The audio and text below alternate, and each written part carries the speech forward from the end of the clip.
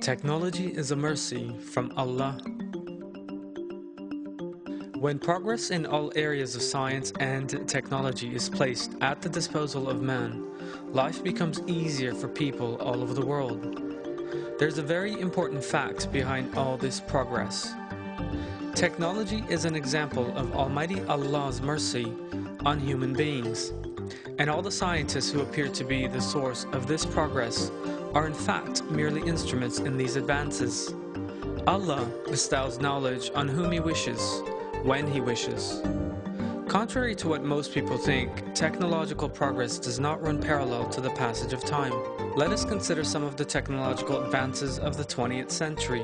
Alternative current, the electric engine, radio, television, the development of mass communications, radar, sonar, cable-free energy, remote controls, thermodynamic engines, hydroelectric power plants, the arc lamp, the steam engine, lightning conductors, frequency measurement, speedometers, the Tesla coil, magnetic resonance, transformers, satellite communication technology, the neon lamp, fluorescent light, X-rays, the microwave. Amazingly enough, these discoveries belong to a single scientist. This genius, known to many as the architect of the 20th century, is Nikola Tesla, a scientist with more than 700 patents to his name. Nikola Tesla was born in 1856 in a village in Serbia, then part of the Ottoman Empire. After attending school there, he studied mechanics and electrics at the University of Prague. Tesla's father was a priest, and young Nikola received an intensive religious education at home until graduating from high school. Tesla's discoveries were all inspired by Allah. In his memoirs, Nikola Tesla describes how an image suddenly appeared before his eyes as he wandered around with a classmate through a park in Budapest. That image was of an electric engine. Tesla described that moment as so real, it was as if I could have touched it with my own hands. He described in his autobiography the technical details of the engine came into his mind at the same time as its appearance. Tesla immediately began making sketches in the sand using a twig in order not to forget. He had discovered a revolving magnetic field that sparked a revolution in the electricity industry. Tesla's later discoveries were also inspired in him in the same way. Indeed, Tesla believed that science could not advance in any other way, and described his way of invention without experimentation as follows in an interview.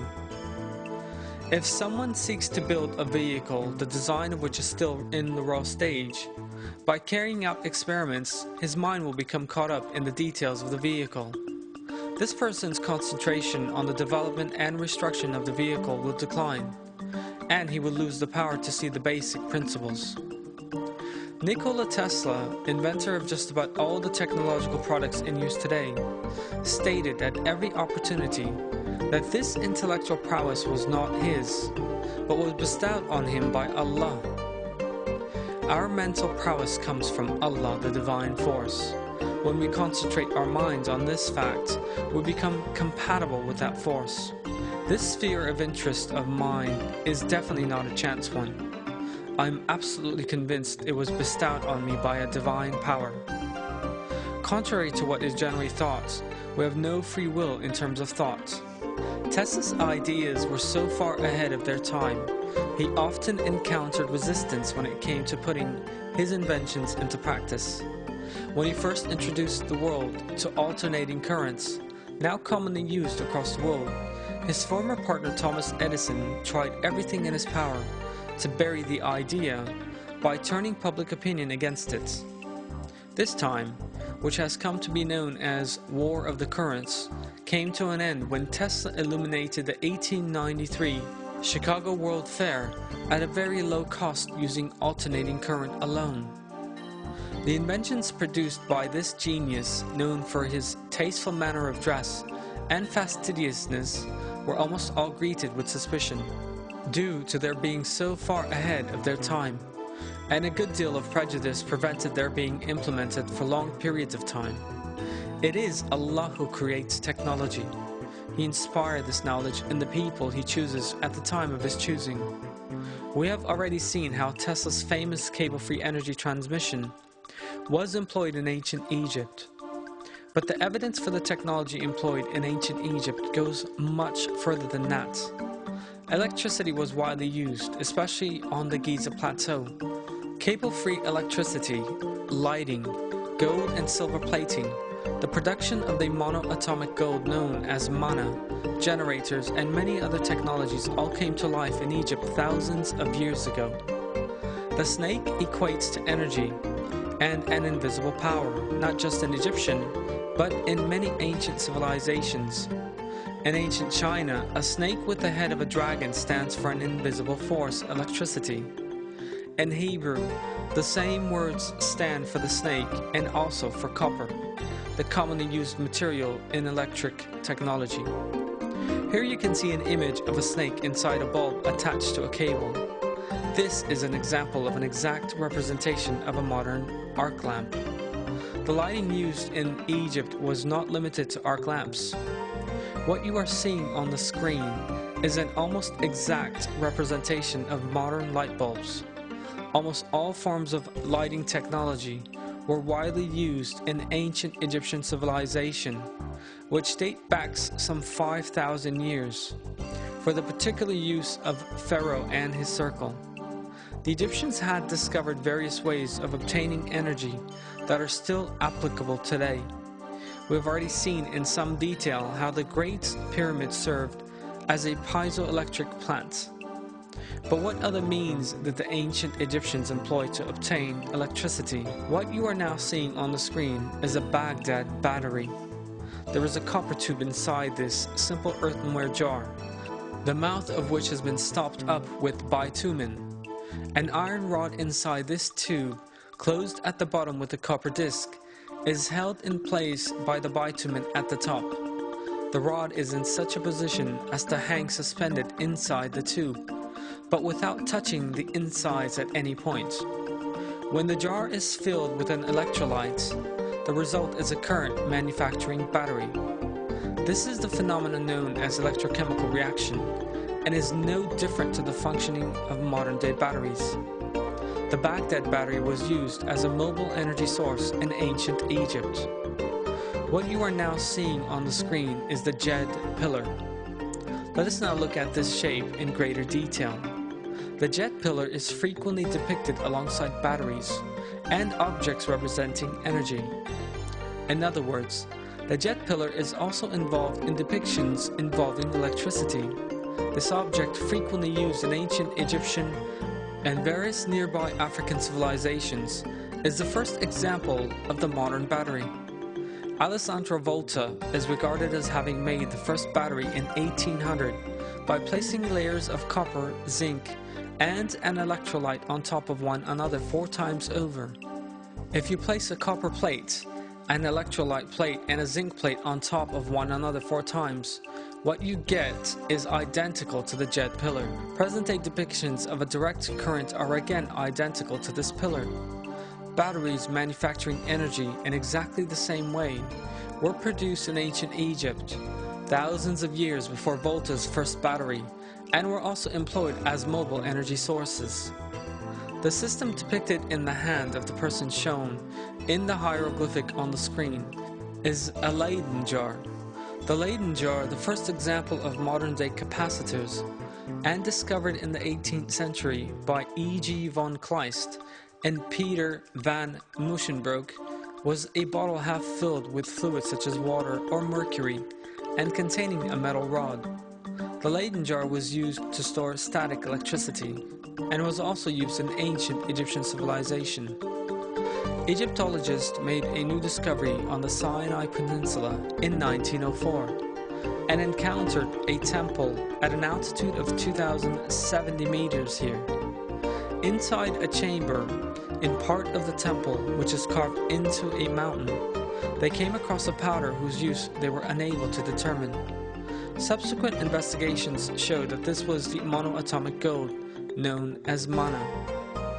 Mana is a monoatomic white powder produced by various complex chemical processes, including electricity, by burning gold in a specific way.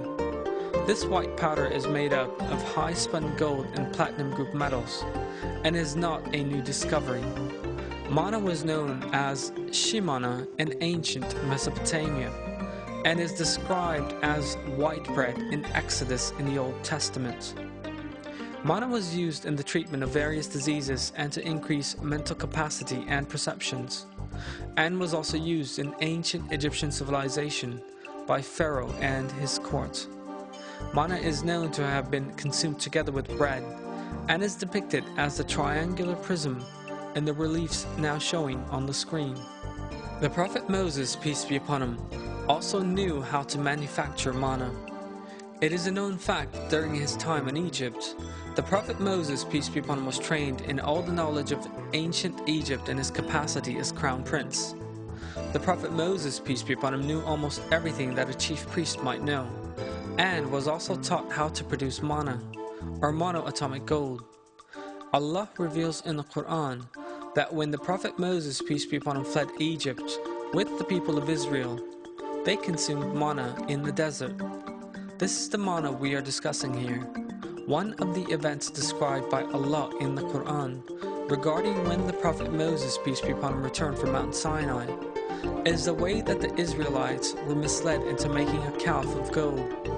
The Quranic description of how the Prophet Moses, peace be upon him, burned the calf to ashes and cast them into the sea is actually a description of how he obtained mana from that golden statue. No matter how much you heat gold, it never turns to ash.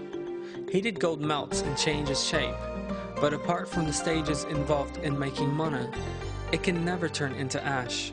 The ash into which the gold here turned into is in fact monoatomic gold. What else was mana used for in Egypt? We have already considered how the Ark of the Covenant was found inside an empty chamber, known as the Royal Chamber, inside the Great Pyramid, and how the Prophet Moses, peace be upon him, took the Ark with him on leaving Egypt, and how Giza's source of thermal energy thus became inoperative. The fact that this gold leaf chest contained mana made it a superconductor, because high-energy monoatomic particles are superconductors. In other words, mana was also used for energy in ancient Egypt. Egypt was not the only civilization in the ancient world to possess advanced technology. Traces of a civilization that has also used technology since ancient times can also be seen in India. The Ashoka pillars you are seeing on the screen is a column made from a single piece of iron, 7 meters high and weighing 6 tons. This iron pillar dates back 1,600 years. Because it is covered with a protective coating, it does not rust and has survived down to the present day. One can only dream of an equivalent iron column, not rusting or decaying in the monsoons in India, with its strong winds and high humidity. Techniques of working iron and protecting it against rust only began being developed after the 5th century. But this does not apply to the Ashoka pillar. It is one of the proofs that a civilization that existed in India thousands of years ago possessed a profound knowledge of metallurgy. The Antikythera mechanism. In 1902, sponge divers discovered a peculiar mechanism in the ruins of a sunken Roman ship off the coast of the island of Crete in the Aegean Sea. This particular ship had sunk in 87 BC. That mechanism was the first example of an analog computer. In 2010, scientists made an exact copy to see just how it worked. The fact that this analog computer was used thousands of years ago to calculate historic and astronomical data at the same time is of course totally amazing. Civilization, technology, and science are great blessings from Allah. All progress takes place through revelation from Allah. Allah has inspired societies with the technology He wished at the time He desired, and has elevated these societies to an advanced state of civilization. The fact that technology in use today was also employed thousands of years ago is of course one of the most obvious proofs of this. Contrary to what evolutionists maintain, civilization has never followed an evolutionary course from the simple to the more advanced. Advanced and undeveloped civilizations have always coexisted on Earth.